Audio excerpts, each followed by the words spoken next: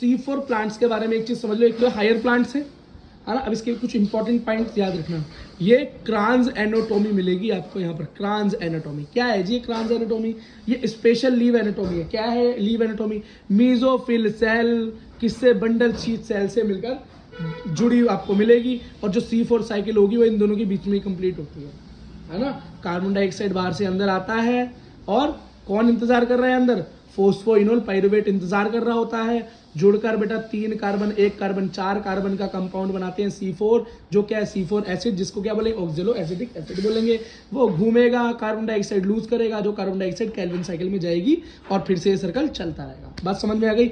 यही क्रांज एनाटोमी है। क्रांज नाम के साइंटिस्ट ने ढूंढी थी, इसलिए उसने अपना नाम डाल दिया। क्या क्या मिला? मीजोफिल सेल और बंडल शीथ सेल्स के अंदर मिलती है। मैंने आपको पहले बता दी। बंडल शीथ सेल के बारे में आपको बता चुका हूँ। कहाँ है? जब वीन्स होती हैं, उन वीन्स के आसपास ये खट्टी मिलेगी, मीजोफिल के साथ सेल के साथ जुड़ी हुई मिलेंगी। ठीक, होता कैसा है? बड़ा ही थिक वॉल होता है, गैसेस को अंदर बाहर नहीं जाने देता।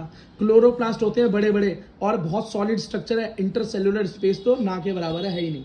ठीक, अगला देखो, ये भैया बहुत हाई टेम्परेचर और बहुत लाइट, बहुत तेज लाइट आ रही हो, या बहुत गर्मी पड़ रही हो, बहुत तेज धूप पड़ रही हो, सब झेल जाता है ये।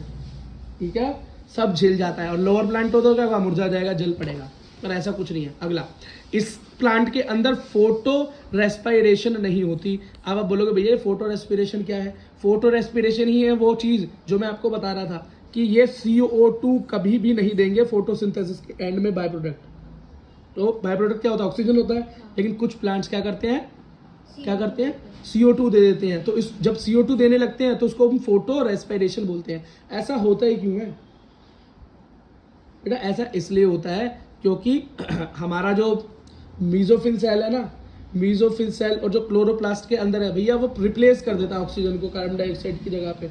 अब ये ऐसा क्यों होता है? जब एक्सेस ऑफ कार्बन डाइऑक्साइड बाहर से मिलने लगे, ठीक है, बहुत फालतू मिलने लगे, तो एडवर्स कंडीशन में काम होता है। खैर, इसके बारे में थोड़ी बहुत डिटेल से आपको पढ़नी है, बहुत डीप में जाना नहीं है। जब BSc वगैरह पढ़ोगे तब देखना। ठीक है, इसका एग्जाम्पल है मेज और सॉर्गम और शुगर केन। शुगर केन और मेज को बहुत ध्यान से याद रखना।